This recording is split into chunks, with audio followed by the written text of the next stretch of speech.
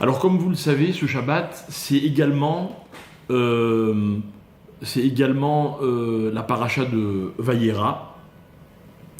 Et c'est une paracha dans laquelle il y a un certain nombre d'événements. Celui sur lequel je voudrais m'arrêter, c'est la destruction de la ville de Sédom. Donc, comme vous le savez, il y a une région, en fait, puisque ce n'est pas qu'une ville, il y a une région composée de plusieurs villes, dans laquelle la Torah nous dit que les hommes agissent de façon catastrophique et Akadosh Baruch Hu n'a pas d'autre choix que celui d'anéantir littéralement tous les habitants de la ville. D'ailleurs, pas que les habitants, il va détruire toute la ville. Hachem l'annonce à Abraham et il lui dit le cri littéralement de Sédom, Amora est très fort, etc., etc. Et je peux pas faire autrement que de les détruire. Bref, la Torah raconte à quel point la situation est grave dans cette région et ce qui va donc mener à sa perte. Et je vous passe tous les détails, tout ce qui va précéder l'événement en question. Mais au moment où Lot et sa famille ont pu quitter la ville, alors la Torah nous dit que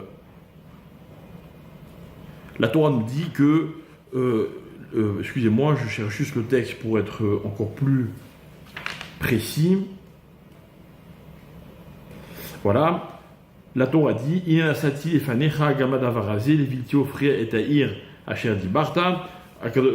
pardon, excusez-moi, voilà. La Torah dit Ve'Hashem imtir al Sedom va'amora gofrit va'esh me'et Hashem itbarach. Donc il y a une pluie de ce qu'on va traduire vulgairement du soufre sur cette région-là. Vaya afor et eharim ha'el. Et Akadosh Baruch Hu a retourné ces villes-là. Retourné, Rachid dit, les 4 villes en question, en fait il y en aura 5, étaient sur un même rocher littéralement, et Hachem il a retourné le rocher. Ok ? Donc il a retourné l'emplacement et la ville de Sédom. Vaya à fort. Vaya à fort. Le mot vaya à fort, donc qui est un verbe qui veut dire retourner, d'accord ? Si par exemple je fais des crêpes, je retourne une crêpe, ça s'appelle la fort. Mais le mot vayafor également désigne, ou plutôt vient de la racine éfer. C'est quoi éfer ? Éfer, c'est en hébreu, c'est le contraire. Donc, lorsque la Torah dit qu'il a retourné vayafor, on peut aussi comprendre qu'à ce moment-là, il va y avoir à l'endroit de Sédom le contraire de ce qu'il y avait à Sédom. Et on va expliquer, si vous permettez, cette notion de contraire. Et voilà que plus tard il y a marqué aussi Vayeshalach lot mitor ha'afera ba'afor et eharim. Donc encore une fois, on va retrouver le mot éfer. Et d'ailleurs, beaucoup plus tard dans la Torah, dans la paracha de Nitzavim, la Torah nous dit que, encore une fois, que Sédom a été retourné. Kema apechat Sédom va'amora, Asher afar Hashem be'apo bachamato, que Hashem a retourné. Ce que je vous demande de noter, c'est que le mot la'afor, qu'on vient d'expliquer à l'instant, va donc en fait remplacer un mot qu'on aurait dû voir, qui aurait dû être le mot clé, c'est destruction.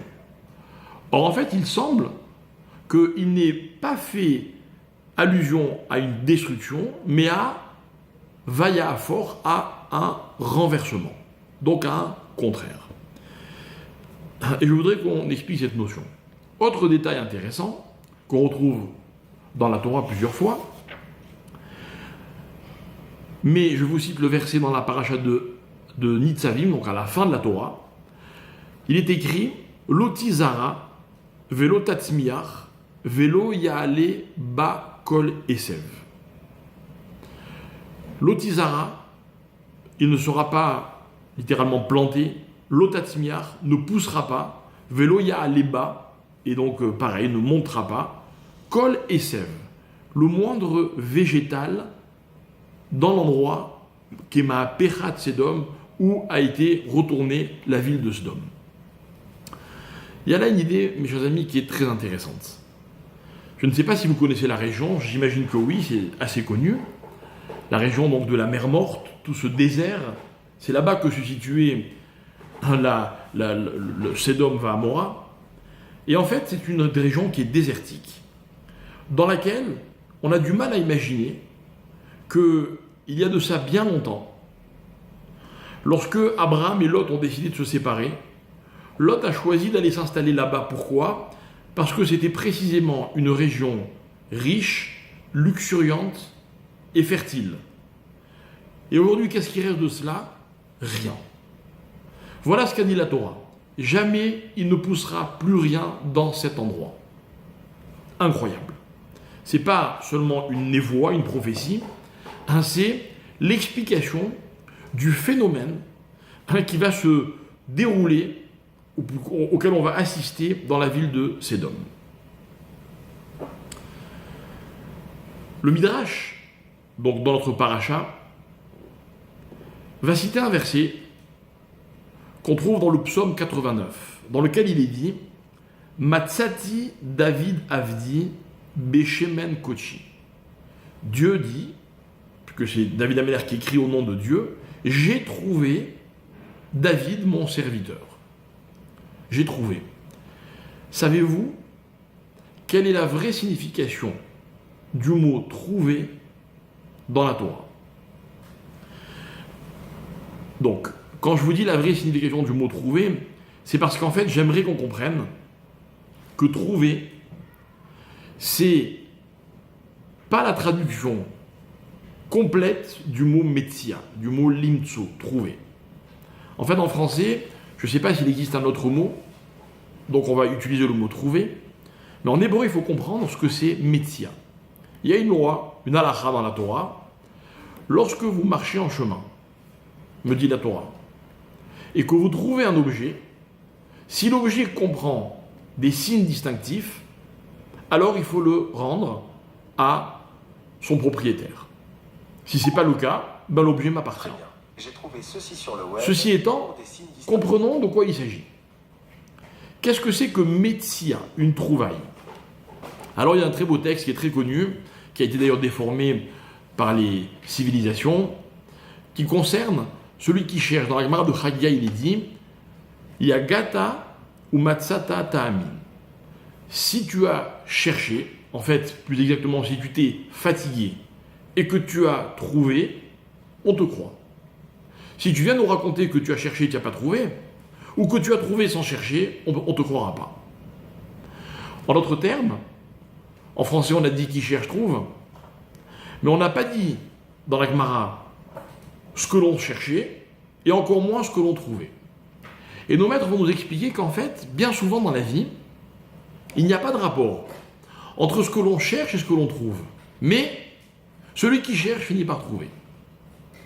Ça veut dire que trouver, ce n'est pas le résultat précis de ce que je cherche, c'est le résultat de celui qui cherche. Alors par exemple, je cherche une solution à un problème, mais je trouve quoi ? Peut-être une solution à un autre problème. Parce que j'ai cherché, j'ai trouvé, c'est un thème, on ne va pas le développer tout de suite, on va juste retenir que ce que l'on trouve dans la vie n'est pas forcément lié à ce que l'on cherche. D'ailleurs, pour que le phénomène s'appelle trouver, il ne faut pas qu'il puisse être prévu. Trouver, c'est une situation qui est parfaitement imprévisible. Je marche dans la rue, je trouve quelque chose, je ne cherchais pas. Je ne pouvais pas savoir que tel objet allait se trouver à cet endroit-là. Je l'ai trouvé. Voilà ce que c'est que Metsia. Metsia, c'est pour ça que ça ressemble au mot sortir, ça sort de nulle part. J'ai trouvé. Le texte dit dans Téhilim que Dieu a trouvé David. Dieu a trouvé David. Qu'est-ce que cela veut dire? Et le Midrash explique, écoutez bien, où Dieu a trouvé David, réponse du Midrash, il l'a trouvé à Sédom. Mais que faisait David à Sédom? Quel rapport? Qu'est-ce que ce Midrash veut nous enseigner? Rappelez-vous que tous les jours, dans la Mida quotidienne, on prie pour le rétablissement du royaume de David. De quelle façon on demande à Dieu de rétablir le royaume de David? Voilà la prière. Et Tzemach David Tatzmiach. Je traduis du mieux que je peux. Fais pousser la plante qui s'appelle David. Alors David est à Sédom. David est une plante. Une plante pousse, n'est-ce pas? Mais quel rapport avec Sédom? Je comprends encore moins pourquoi. Parce que dans le verset que je viens de vous citer, il est écrit que à Sédom, plus rien ne poussera jamais. Mais comment est-il possible que David vienne de Sédom, qu'on fasse allusion à David en disant « Et Tsemar David », alors que David, a priori, vient de Sédom, mais à Sédom, rien ne pousse. Donc, c'est incompréhensible. Donc, nous, on va expliquer qu'est-ce que représente le royaume de David. Tout au long de l'exil, on a demandé à Dieu, ramène-nous la royauté de David. David, mes chers amis, c'est pas seulement un roi puissant, c'est un concept. Le concept de David Améler, c'est la place d'Israël dans le monde. Israël a un rôle à jouer. Ce rôle, il est symbolisé par ce qu'on appelle Malchut Bet David, la royauté de David. C'est-à-dire que pour que Israël ne soit pas qu'un peuple préoccupé par lui-même, c'est-à-dire qui a un rôle qui lui est propre, pour que Israël, joue un rôle dans l'ensemble des nations, on a besoin de Malchut Bet David.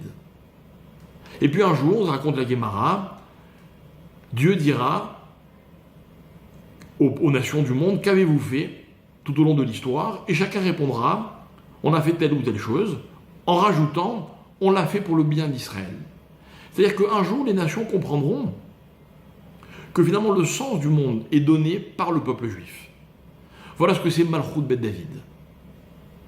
Alors, avant d'expliquer, d'aller un peu plus loin, on va essayer de resituer le rôle d'Israël grâce à David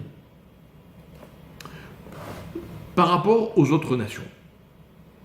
Et pour ça, on a besoin de comprendre de quelle façon, quelle est la chronologie des choses. La chronologie, mes chers amis, c'est que Dieu a créé l'homme. L'homme s'appelle Adam. Et Adam, me dit la Torah, va avoir 2 enfants. Il va avoir Caïn et Hével. Et l'homme va fauter. Et voilà que pendant 130 ans, explique les Chachamim, Adam va faire teshuva, va essayer de réparer la faute qu'il a commise. Il va s'infliger des souffrances terribles. Et au terme de ces 130 ans, il semblerait qu'il a atteint son objectif. Alors, nous raconte la Torah que Adam Arishon va de nouveau, va retrouver sa femme Chava, et ensemble ils vont avoir un enfant. Cet enfant va s'appeler Shet. Et de Shet descend Noach, duquel descendra plus tard Abraham et le peuple juif. Le peuple juif ne peut exister, même en tant que projet, qu'après le processus de la teshuva de Adam Arishon suite à la faute qu'il a commise. De quoi s'agit-il? Quelle est la faute de Adam Arishon? Alors évidemment, vous avez sûrement écouté de nombreux cours à ce sujet. vous avez étudié de nombreux textes, et puis chacun propose une autre explication. Peut-être en voici une nouvelle, ou peut-être rejoint-elle celle que vous avez déjà entendue. Noramim m'explique que lorsque l'homme va manger de l'arbre de la connaissance du bien et du mal, l'homme va créer dans le monde une nouvelle réalité. Quelle est cette nouvelle réalité? C'est celle du mal. Mais le mal, ce n'est pas l'homme qui l'a créé, le mal existait. L'homme n'a rien créé. Voilà l'explication. Tout au long de la création, Hachem, c'est l'instigateur de l'existence. De ce qu'on appelle en hébreu, la Metsiout. C'est quoi être l'instigateur de la Metsiout? C'est que Dieu crée un monde dans lequel n'existe que ce qu'il veut. Le point commun de la réalité du monde, c'est la volonté de Dieu. Rien dans les 6 jours de la création n'est différent, autre chose que ce que Dieu voulait précisément. D'ailleurs, c'est marqué noir sur blanc, au terme de la création, Dieu va dire Tov Me'od. Il est satisfait. Et voilà que Dieu dit à l'homme, attention, ne mange pas de cet arbre-là. Donc je ne veux pas. Et l'homme va le faire. Et là, une nouvelle réalité apparaît dans le monde. Une réalité qui s'appelle ce que Dieu ne veut pas. Incroyable. On n'aurait jamais imaginé, avant la faute de l'homme, qu'il puisse exister quelque chose que Dieu ne veut pas. Voilà la faute, mes chers amis. Chaque fois qu'un homme commet une faute, c'est quoi une faute? Une faute, c'est le contraire de ce que Dieu veut. Vous comprenez donc que la faute n'est pas le mal tel qu'on le conçoit. Parce que il se passe un tas de choses dans le monde que nous considérons comme mauvaises. Et pourtant, elles sont le résultat de la volonté de Dieu. Donc la définition du mal, de Ra, c'est autre chose. C'est quoi la définition de Ra telle qu'on vient de l'expliquer? C'est ce que Dieu ne veut pas. C'est-à-dire que lorsque Dieu a terminé de créer le monde, cette possibilité n'est pas prise en charge. Elle n'existe pas. Le monde, c'est ce que Dieu veut. L'homme va créer une nouvelle réalité. Et cette nouvelle réalité, mes chers amis, pour s'en débarrasser, il faut quoi? Il faut quoi? Pour que mes propos soient clairs, je vais un tout petit peu illustrer ce que je veux dire. Lorsque l'un d'entre nous, donc une personne, un être humain, commet une faute, l'homme peut faire teshuva. Mais teshuva sur quoi? Vous avez peut-être connu cette expérience, j'avoue humblement que moi je l'ai connue. On a fait quelque chose qu'il ne fallait pas faire, et on regrette. Et on fait teshuva. L'acte peut être effacé par la teshuva. Mais la réalité que j'ai créée en moi, qui n'existait pas avant la faute. Prenons un exemple, quelqu'un a volé. Avant de voler, ce n'était pas un voleur. Ce n'était pas possible qu'il vole. Ça ne faisait pas partie de sa réalité. Le jour où il vole, le vol fait partie de sa réalité. Ou plutôt, il a créé une nouvelle réalité. Il est devenu voleur. Mais comment s'en débarrasser? Je peux rendre ce que j'ai volé, je peux m'excuser, je peux regretter, je peux faire tout ce que vous voulez. Mais cette réalité qui fait dorénavant partie de moi, je ne peux pas l'effacer. Comment faire? Voilà en quoi la faute s'appelle Ra, le mal. La faute, c'est la création d'une nouvelle réalité. Comment s'en débarrasser? Le monde a changé au moment où Adam a fauté. Pourquoi? Parce que dorénavant, il pouvait exister des choses que Dieu ne voulait pas. Comment réparer ceci? Voilà ce que Adam Arishon va se poser comme question pendant 130 ans. Pendant 130 ans. Alors moi j'ai la réponse.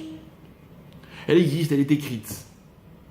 La réponse, écoutez bien, dira la Guémara, la réponse c'est le peuple juif. La réponse c'est qu'un jour viendra, peut-être, dit la Guémara, où il y aura une génération qu'on pourra qualifier de Dor Shekulo Tov. Une génération qui n'est que bien. Imaginez l'humanité qui a compris ce qu'était le bien et une humanité qui ne fait que le bien. Mais attention, le bien c'est quoi? C'est la volonté d'Hachem. En d'autres termes, il n'y a qu'Israël qui pourra indiquer au monde ce qui s'appelle Tov. Il n'y a qu'Israël qui sait qu'est-ce que Dieu veut. Ce que Dieu veut, c'est pas si évident, c'est 613 000 commandements. Des positifs, des négatifs. Eh bien, ça, ce sera la réparation de la faute de l'homme. Pourquoi? Parce que lorsqu'il y aura Dor Shekulo Tov, donc le mal n'existera plus. Vous croyez qu'on y arrive? Moi, je suis un peu sceptique. À défaut d'être pessimiste, j'ai pas l'impression qu'on y soit déjà arrivé. Alors, y a-t-il une alternative? Et j'ai le regret de vous annoncer que la deuxième possibilité, l'alternative, c'est le contraire. C'est Dor Shekulo Ra. C'est une génération dans laquelle il n'y a que du mal. Je me pose une question à laquelle je refuse de tenter de répondre. Sommes-nous plus près de Kulotov ou de Kulora? Mais ainsi, il est évident, facile à comprendre, que Dor Shekulotov, la génération du bien, effacera, annulera la création de l'homme, c'est-à-dire le contraire de la volonté d'Hachem. Comment Dor Shekulo Ra, la mauvaise génération, celle du mal, pourra-t-elle effacer la faute de l'homme? C'est pas possible. Sauf si on comprend, si on imagine qu'en fait, le Ra, le mal, lorsqu'il arrive à son paroxysme, imaginez, le monde n'est que mal, Dor Shekulo Ra. Il va se passer quoi après? Quelle est la suite? Le monde est fait pour se poursuivre. Le monde, c'est un processus. C'est ce qu'on appelle en français l'histoire. Elle n'est pas censée s'arrêter.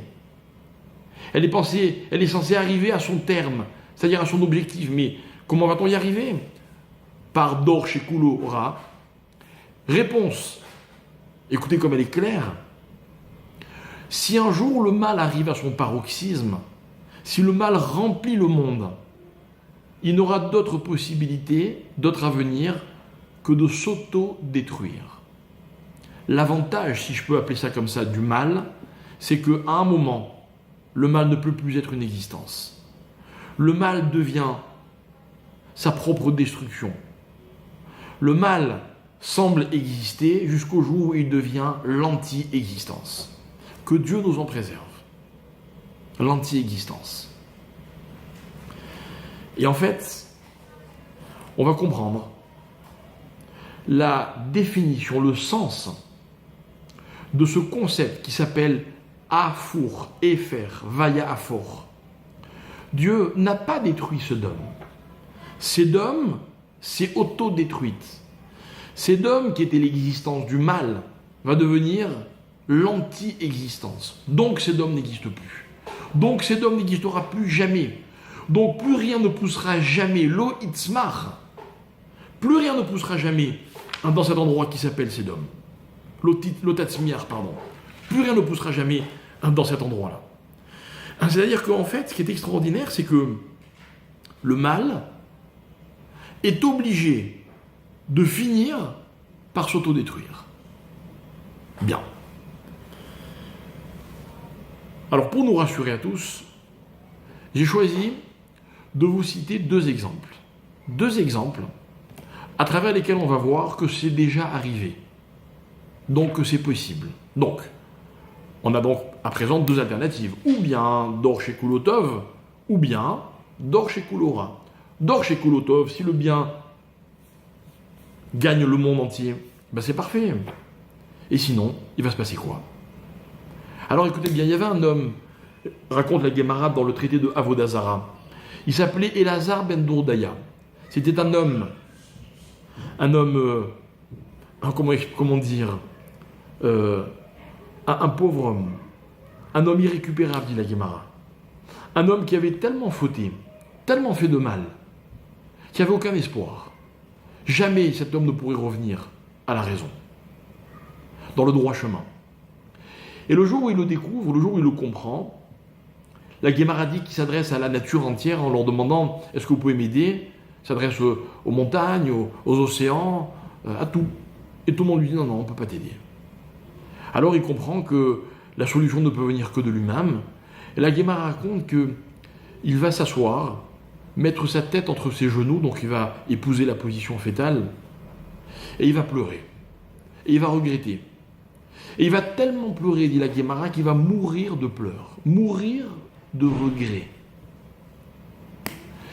Et au moment de sa mort, la Gemara dit qu'une voix céleste a déclaré « Rabbi Elazar ben Dourdaya, mezouman lechaye olam haba » Viens, ce Rabbi Elazar ben Dourdaya vient d'accéder au monde futur. Rabbi, le fameux Rabbi Yehuda Nassi, a entendu cette voix céleste et il s'est mis à pleurer. Et il a dit non seulement en mettant toute son énergie, on peut atteindre son objectif en un instant, en une heure, mais on peut même devenir rabbi. Et rabbi de quoi? Vous savez, devenir rabbi, c'est pas si évident. Rabbi, dit la Gemara, pour devenir rabbi, il y a un critère très précis. Je survole pour ne pas vous prendre trop de votre temps. Pour devenir rabbi, dit la Gemara, il faut être capable de décréter une sanction. C'est quoi une sanction? Une sanction, c'est par exemple quelqu'un qui a volé. Il doit non seulement rembourser ce qu'il a volé, mais il doit payer une amende. Et rabbi, c'est celui qui est capable de trancher qu'une personne doit payer cette amende, ce knas. Et pourquoi knas? Écoutez comme c'est intéressant. Parce que rendre ce qu'on a volé, c'est une évidence. C'est l'existence même des choses, c'est la metsiout. C'est normal. Ça existe. Mais punir quelqu'un, lui faire payer encore une amende, ça c'est un chidouche, c'est une chose nouvelle. C'est une création. Rabbi, c'est celui qui par la halakha peut créer une nouvelle situation, une nouvelle sanction. Alors demande Rabbi Yehuda Nassi, pourquoi Elazar ben Dourdaya en faisant teshuva est devenu rabbi? Et mon maître, le Rav Moshe Shapira, à la Vachalom, répondait, et il disait parce qu'en fait, il nous a enseigné la capacité d'un homme qui a atteint le mal à son paroxysme à changer complètement la tendance, à inverser la tendance, à four. C'était un homme irrécupérable et il devient rabbi en une heure. Et faire. Mais il l'a compris à travers le mal. Il n'a pas compris parce qu'il a eu la chance de faire une mitzvah et donc de se rattraper. Non. C'est toute son existence qui a disparu pour une nouvelle existence. Voilà où la teshuva peut mener un homme. Et ça, c'est ce qui peut rétablir le bien dans le monde. Le deuxième exemple, mes chers amis, c'est ce qu'on lit dans la Haftara, à Mincha, le jour de Kippour. La fameuse histoire de Yona. Yona, c'est ce prophète que Dieu avait chargé d'aller réveiller les habitants de la ville de Ninvé. Ninvé, pareil, c'était une ville qui était irrécupérable. Et Hachem dit à Yona, va leur faire teshuva. Et vous connaissez toutes les aventures que va vivre Yona, mais à la fin, Yona va arriver à Ninvé. Et le texte raconte que à Ninvé, il va se promener dans les rues. Vayomar, et il a dit Od arbaim yom Ninvé mehefechet. Il va dire aux habitants de Ninvé, vous avez 40 jours pour vous ressaisir. Sinon, Ninvé va se renverser. Le même mot que la ville de Sédom. Elle va s'autodétruire. Et à travers cette déclaration, les habitants de Ninvé prennent conscience de la gravité de leur situation et ils font teshuva. Et Ninvé ne sera pas détruite. et Nineveh existera. Ça veut dire que Nineveh aurait dû s'auto-détruire, mais la Teshuvah a permis à Nineveh de devenir une existence durable. À Nineveh d'avoir un avenir. Vous comprenez? Ça veut dire que Épher, c'est quoi? C'est ce qui n'avait pas d'avenir a un avenir, ce qui avait un avenir n'a plus d'avenir. Voilà ce que c'est un vrai contraire. Réalisons que le plus grand contraire du monde, c'est quand un avenir n'est pas possible et puis tout d'un coup il existe. Vous avez un exemple super connu? De nouveau la paracha de la semaine. La naissance d'Yitzhak. Un couple de 90 ans et 100 ans. Une mère qui ne peut en aucun cas avoir un enfant. Et cet enfant va naître. Et il va s'appeler Yitzhak parce qu'il fait rire. Parce que dans la vie, ce qui fait rire, c'est l'impromptu, l'incongru, l'impossible. Je donne toujours comme exemple une blague. Une blague ne fait rire que quand on ne peut pas deviner la fin, la chute. Je dis souvent que quand on vous raconte une blague, vous en rigolez, mais quand vous la racontez, personne ne rigole. Parce qu'il y a un art. Il faut savoir raconter une blague. Quel est l'art de la blague? C'est de savoir dissimuler la chute jusqu'au dernier moment. Parce que c'est ça qui fait rire dans la vie. Parce que ce qui fait rire, c'est ce qu'on ne peut pas attendre.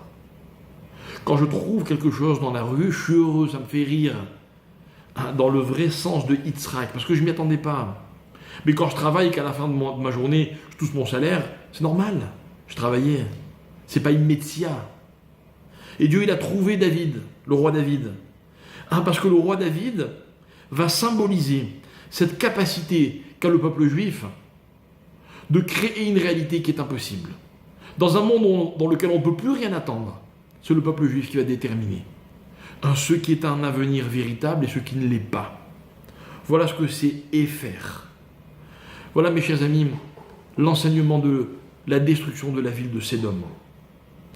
Voilà ce que, à titre individuel, on peut chacun comprendre. On peut comprendre que dans la vie, il est impératif de savoir vivre les événements comme des nouvelles réalités. Il est impératif de comprendre que l'homme est un créateur. Un créateur parce que il est capable de transformer ce qui était bien en mal et ce qui était mal en bien. Voilà ce que c'est Dor Shekulo Chayav. Dor Shekulo Chayav, c'est une génération qui se dit on n'a pas d'avenir. Une génération dans laquelle la situation semble tellement grave qu'elle ne pourra jamais s'arranger. Et puis, comme Adam a fait Teshuvah, et qui va donner naissance au peuple juif, eh ben, la mission du peuple juif, c'est celle-là. C'est de permettre au monde d'avoir un avenir, d'exister, de rendre les choses tov, bien. C'est possible. C'est toujours possible. Alors, en cherchant bien, je me suis demandé, d'abord, comment dans la vie quotidienne d'un homme, il était possible de réaliser de cette capacité. Je peux faire Teshuvah sur les erreurs que j'ai commises, mais est-ce que cela va suffire? Et voilà que lorsque Dieu a terminé de créer le monde, Dieu va se reposer. Dieu va créer le Shabbat. Qu'est-ce que c'est que le Shabbat? J'aimerais dire un petit mot avant de poursuivre mon idée et d'aborder le thème du Shabbat. J'aimerais expliquer que Shabbat, c'est un moment dans lequel on se sent bien, en tout cas pour ceux qui l'ont vécu. Un moment dans lequel on a ce qu'on va appeler une hashpa'a, ça veut dire une influence. Une influence sur soi-même, une influence sur notre famille, une influence sur le monde. Cette influence n'est possible que si on la réalise. Je voudrais vous raconter 2 anecdotes. Une qui m'appartient, mais d'abord une autre, qu'on raconte au nom au nom du Rav Shach. Le Rav Shach, qui était sans aucun doute l'un des plus grands maîtres de sa génération, se promenait un jour, enfin marchait en tout cas un jour, un Shabbat, dans la ville de Bnei Brak, dans laquelle il habitait. Et vous savez qu'à Bnei Brak, les rues sont fermées à la circulation. Dans cette ville, tout le monde observe le Shabbat.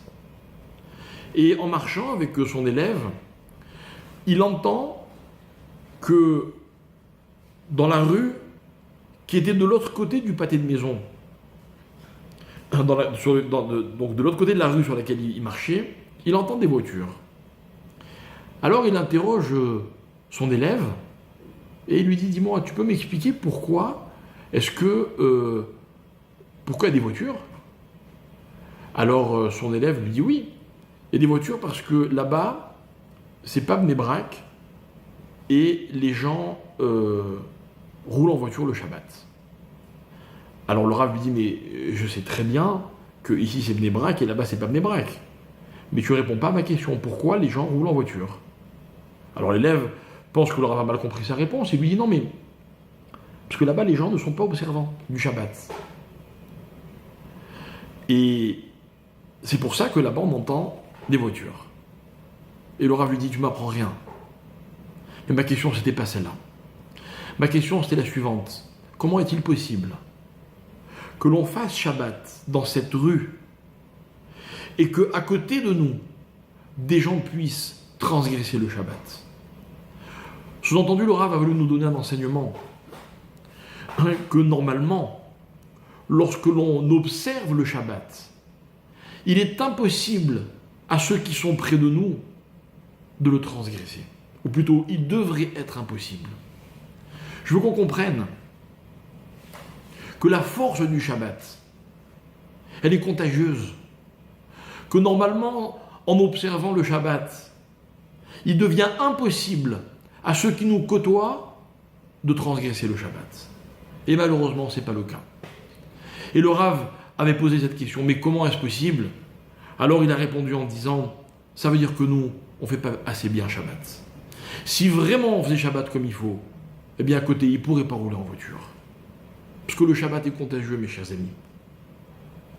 Mais, pour cela, il faut vivre le Shabbat. Vivre. C'est quoi vivre le Shabbat? Alors, ma deuxième anecdote que j'ai racontée très souvent dans des cours, c'est une histoire qui m'est arrivée un jour, il y a de cela assez longtemps, je crois aux alentours de 25 ans. On m'avait demandé de donner un chiour justement sur le Shabbat. Et le chiour, je devais le donner dans l'université du Mont Scopus de Har HaTzofim à Jérusalem à des étudiants. Et on m'avait averti que le public était donc un public mixte. Il y avait beaucoup de gens qui n'étaient pas pratiquants. Et donc je devais essayer de les intéresser au Shabbat. Donc je bosse, je prépare, j'arrive avec le sentiment que mon cours est prêt, je donne mon cours, j'explique la beauté du Shabbat, le plaisir qu'on peut vivre en observant le Shabbat, l'ambiance dans la maison, etc. Tout ce que vous connaissez peut-être, sans doute, j'espère en tout cas, je vous le souhaite. Et puis vers la fin de mon cours, une élève, une participante, une jeune fille se lève et elle me dit en ces mots-là. Elle me dit, Rav, vous dites n'importe quoi. Enfin, elle n'a d'ailleurs pas dû me dire Rav. Elle me dit, vous dites n'importe quoi. Alors évidemment, j'étais surpris. Même si j'avais peu d'expérience à l'époque, j'avais jamais vu qu'un élève dise à un Rav ou même à un conférencier, vous dites n'importe quoi. Alors je dis, ok, pourquoi tu dis ça? Et elle me dit, en fait, ce que vous dites, c'est pas vrai. C'est pas vrai parce que le Shabbat, c'est une galère. Tout le monde rigole. Et donc, encouragée, elle se retourne vers ses camarades et elle leur dit, vous voulez que je vous dise, moi, la vérité? Eh bien, Shabbat, c'est une punition. Parce que Shabbat, on ne peut rien faire. Et puis, elle énumère tout ce qu'elle aimerait faire Shabbat et qu'elle ne peut pas faire. Et moi, je me pose la question de savoir, est-ce que mon cours était vraiment bien préparé? Mais en fait, je suis étonné. Je suis étonné par la virulence. Je me dis, mais ok, j'admets qu'on n'ait pas envie de faire Shabbat, que ce soit pas forcément attirant, que ce soit pas le meilleur programme qu'on peut proposer à quelqu'un, mais de là à être tellement... Vraiment, il y avait une espèce d'hargne dans ses propos, et j'ai pas compris. Alors je l'interroge, je dis, mais pourquoi tu dis ça? Qu'est-ce que tu en sais? Tu as déjà vécu un Shabbat? Et elle me dit, bien sûr. Et elle raconte. Elle me dit, mes parents ont fait teshuva quand j'avais 13 ou 14 ans. Elle dit, ils m'ont pas demandé mon avis, et ils m'ont obligé, notamment à faire Shabbat. Et bien je n'attendais qu'une seule chose, c'est que Shabbat se termine. Et je lui dis, j'ai compris. J'ai compris d'où vient le problème. Le problème, c'est qu'on t'a présenté le Shabbat, on te l'a imposé, donc tu ne l'as pas vécu. J'ai compris ce jour-là une chose, c'est qu'on ne pouvait pas expliquer le Shabbat. Je ne peux pas convaincre quelqu'un de faire Shabbat en lui expliquant ce que c'est que Shabbat. Quels arguments? Quoi, je vais dire à quelqu'un, Shabbat c'est un kiff? Lui il va me dire, mais tu sais, moi ce que je fais le Shabbat, imaginez un programme où il sort, où il va à la plage, où il retrouve ses copains, où il regarde la télé, où il consulte son portable, où je ne sais pas tout ce qu'il peut faire. J'ai aucune chance.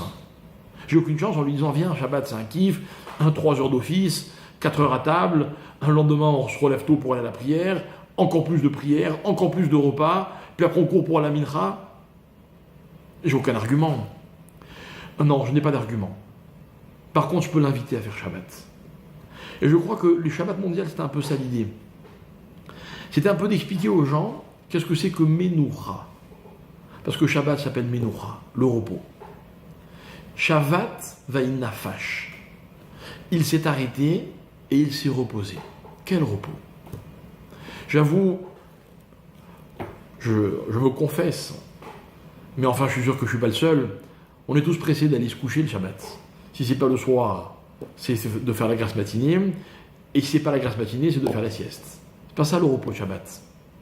Regardez, dans la prière du Shabbat après-midi, on nous explique que c'est que Menoucha.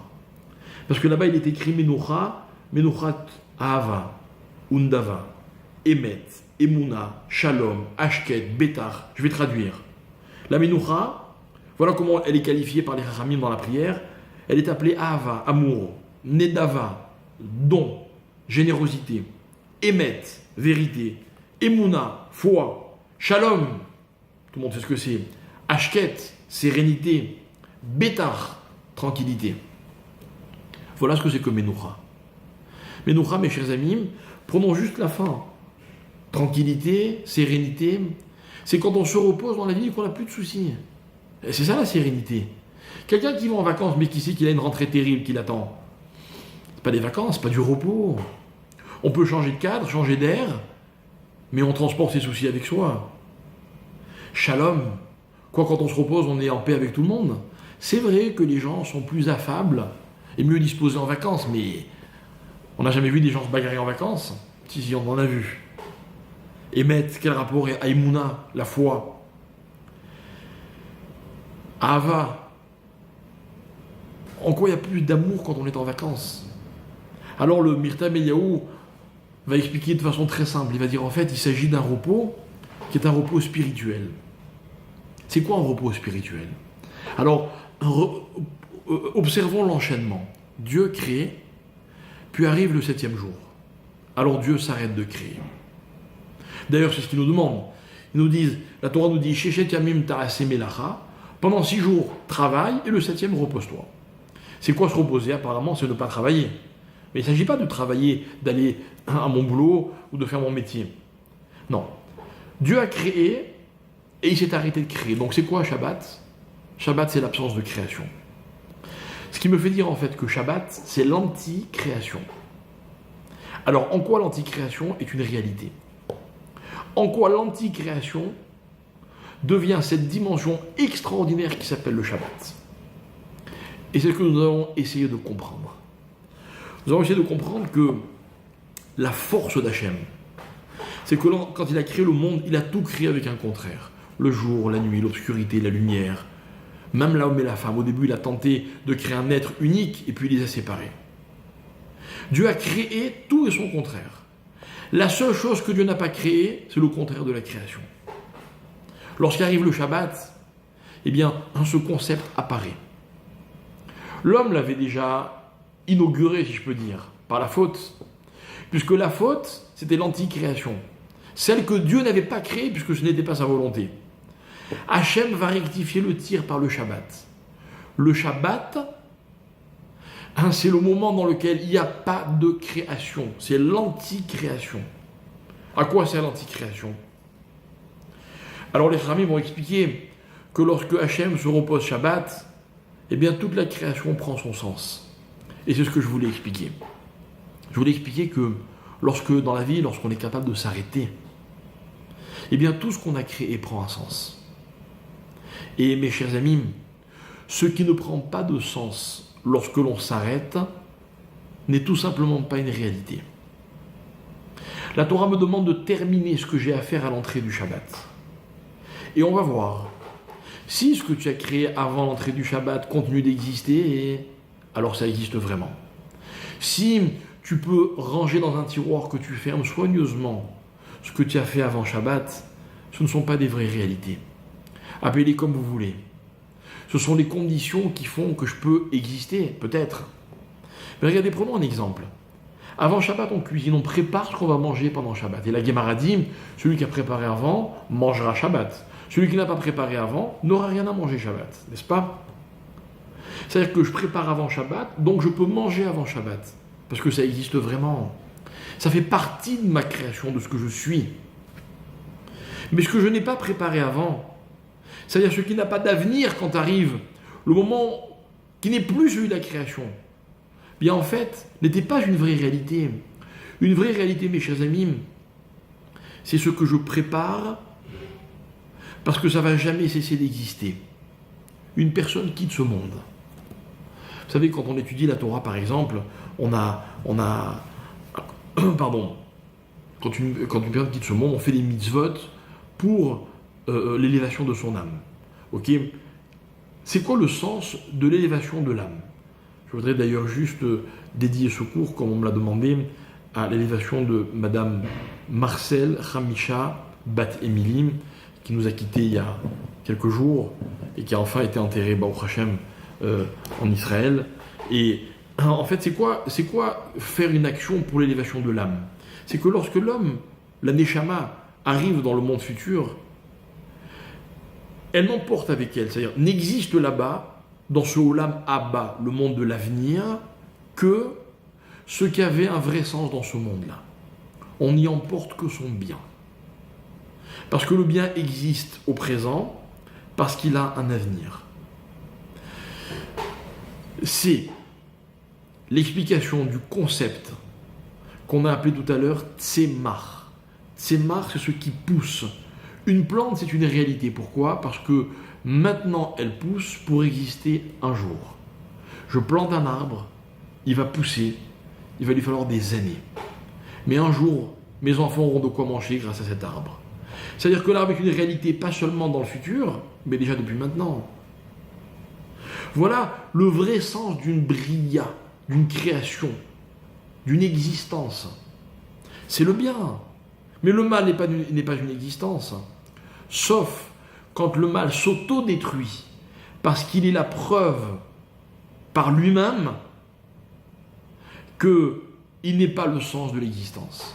Mes chers amis, quand on fait une faute, quand on commet une erreur, sur le moment elle est très agréable, mais elle n'a pas d'avenir. Un jour ou l'autre, on finit par la regretter. La différence entre une mitzvah et une avéra, c'est juste à quel temps on la conjugue. Quand je fais une mitzvah, elle peut être des fois pénible, contraignante, mais après, elle existe vraiment, elle m'a apporté quelque chose. Quand je fais une avéra, elle est pratiquement toujours agréable sur le moment, c'est pour ça que je la fais, mais quand elle se termine, elle n'existe plus. Elle ne crée pas le bien qu'elle est dans la durée. Voilà pourquoi elle s'appelle le mal. Parce qu'elle devient le contraire de ce qu'elle a été dans un temps très précis. Le Shabbat, c'est le contraire. Le Shabbat, c'est quand l'existence prend son sens, parce que justement, j'arrête de créer.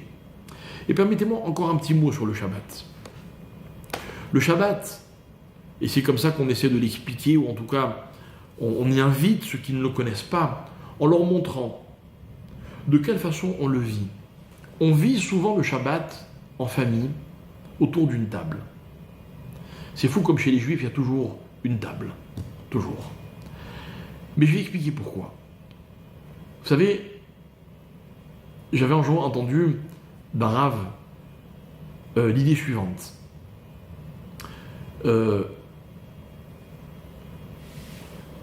Quel est le plus beau symbole de l'amour? Je vais vous proposer 2 tableaux. Et je vais vous dire lequel je préfère. Premier tableau, c'est 2 personnes qui se regardent dans les yeux.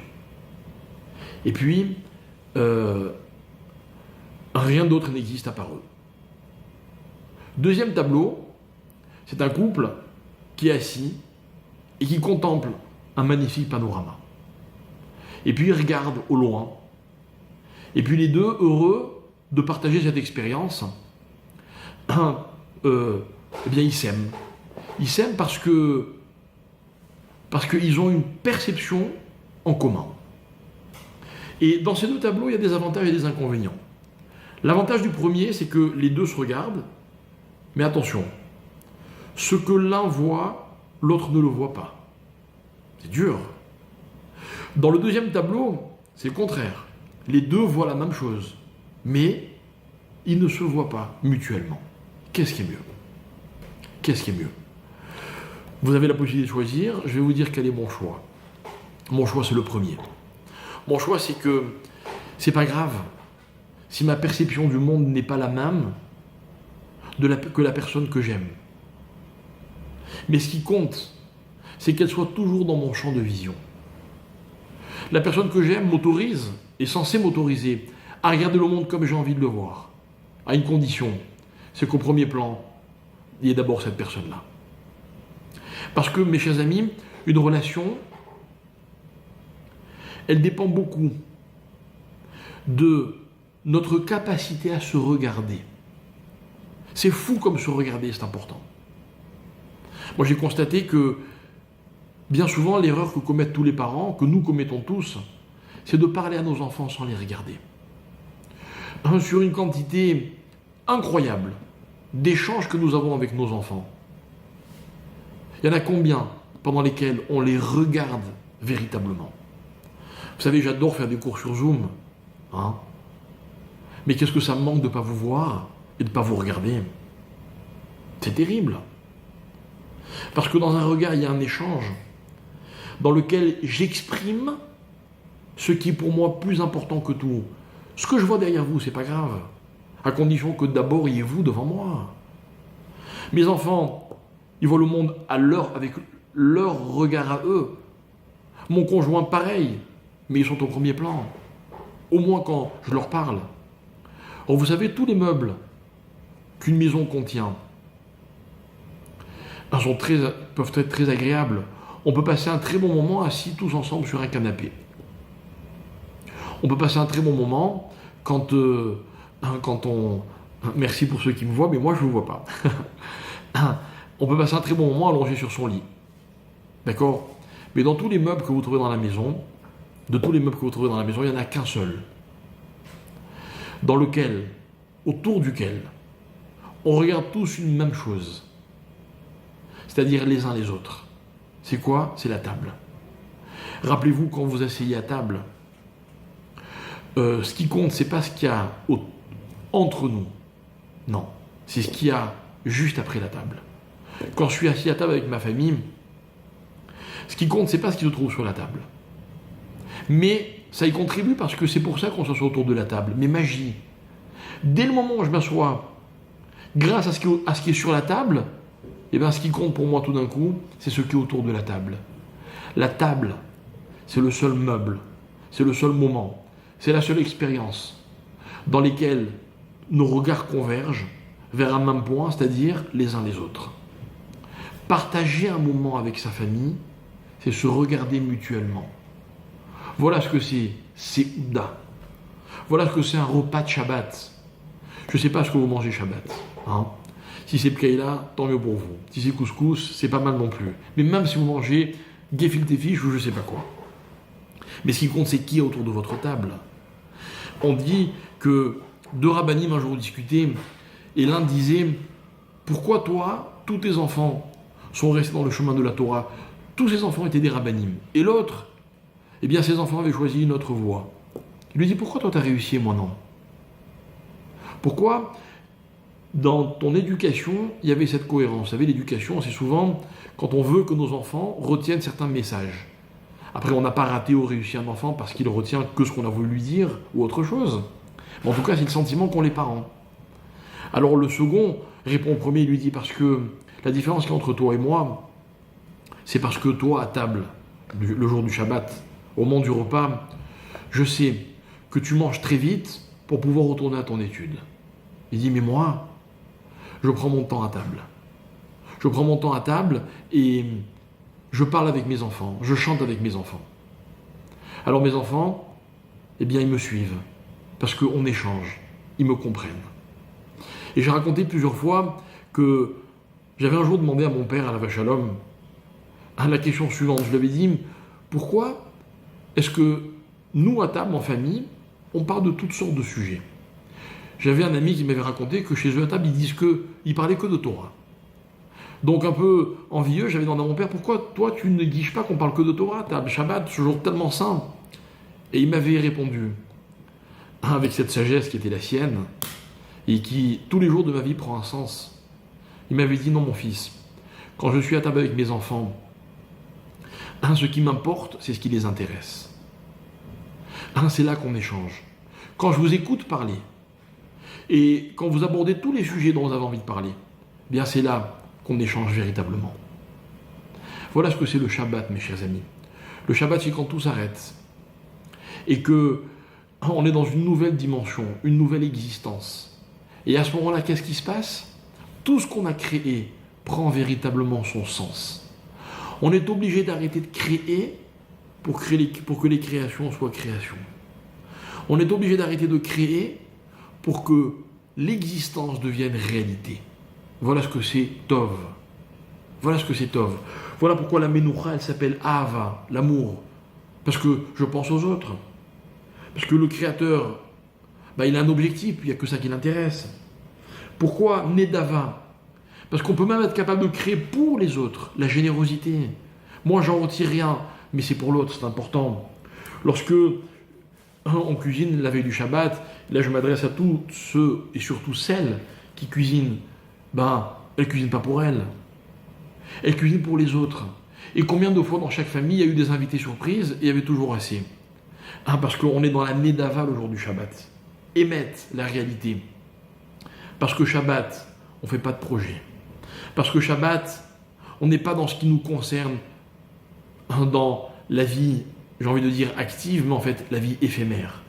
Non, on est au contraire dans un moment d'éternité où ce qui a existé existe parce que justement, ce n'est plus le moment de les créer. Emouna, la foi, c'est vrai, en s'arrêtant de travailler, on peut se demander mais on va manger quoi demain? Mais on a confiance en Dieu. Et puis Shalom. Shalom, justement, c'est l'objectif de cette proximité. Alors, Ashket Vavetar, on est dans la sérénité et on est dans la tranquillité. La Gemara dit que les couples sont censés se retrouver le Shabbat. Parce que le Shabbat, on n'a pas besoin de penser au lendemain. On est dans un moment où on est déconnecté de tout le reste. On est dans la vraie vie, dans la réalité, donc dans le vrai échange. Voilà pourquoi lorsqu'on se croise, on se souhaite Shabbat Shalom. Parce que Shabbat, on peut échanger d'une façon unique. Et je voulais expliquer que c'est ça et faire. C'est ça le contraire. C'est-à-dire que ce qui disparaît, si j'ai envie de dire ce qui s'auto-détruit, c'est ce qui n'était pas fait pour durer. Donc on ne doit pas être inquiet, mes chers amis. Dans la vie, tout ce qui ne doit pas exister finira par s'auto-détruire. À moins que nous soyons capables de proposer au monde une autre réalité. Une réalité qui s'appelle Tov. Shabbat, c'est une autre réalité. Et je terminerai par une dernière anecdote que j'ai racontée peut-être souvent, vous l'avez peut-être déjà entendue, ceux qui m'ont déjà écouté, mais elle est trop belle. Elle est trop belle, elle m'est arrivée il y a quelques années, un vendredi, tout près de l'entrée de Shabbat. On était à la montagne, dans une station, et puis il y avait une dame, la femme d'un rave, elle était israélienne, et elle avait eu un problème de santé, et on avait appelé une ambulance. Et l'ambulance l'avait conduite au centre médical qui couvrait un peu toute la région. Je crois que c'était à Bourg-Saint-Maurice, si je ne me trompe pas. Et on était évidemment très angoissés de pouvoir rentrer avant Shabbat. On avait plus d'une demi-heure de route. Et on avait demandé, est-ce que c'est possible de passer en priorité, etc., pour que cette femme puisse être libérée avant l'entrée, suffisamment tôt pour qu'on puisse rentrer avant. Bref. Et on avait débarqué dans ce centre médical qui était relativement calme, avec le rave, son épouse, et puis il y avait 2 personnes qui les accompagnaient, donc un avec un look un petit peu spécial par rapport à ces régions de la France profonde, des gens qui ne parlaient pas français, j'étais le seul, et puis on avait grillé toute la queue avec l'autorisation des médecins évidemment. Bref. Et puis grâce à Dieu, on a été libérés vraiment à la dernière minute pour pouvoir rentrer avant Shabbat. Je vais à la réception, à l'accueil, pour régler ce qu'il fallait régler. Et puis là, je suis accueilli par une dame qui s'adresse à moi de façon un petit peu antipathique. Elle me dit, franchement, les gens n'ont pas du tout apprécié que vous passiez devant tout le monde, etc. Bon, bref. Et moi, évidemment, j'étais très embêté d'avoir fait du riz ou la chème. Alors, j'essaie de rattraper le tir et je lui dis, vous savez, madame, on est vraiment désolé, mais on avait demandé l'autorisation parce que notre Shabbat rentre dans quelques instants et on doit être rentré à temps, sinon on ne peut pas circuler, on aurait été obligé de passer Shabbat ici. Et elle me dit, ah non, surtout pas, impossible, 24 heures ici, c'est pas possible. Bref. Et puis elle a ce mot qui me pique au vif, comme on dit. Elle me dit, en tout cas, votre religion, elle est très dure. Hein. Chez nous, c'est pas comme ça. Et je me dis, je peux pas partir comme ça. Alors je lui dis, c'est vrai, vous avez raison, notre religion est un peu rigoureuse, mais vous savez, les conséquences, c'est que dans notre religion, nous avons un jour par semaine dans lequel nous nous retrouvons sans télé, sans téléphone, sans aucune le mot m'échappe, bref, et on est entre nous.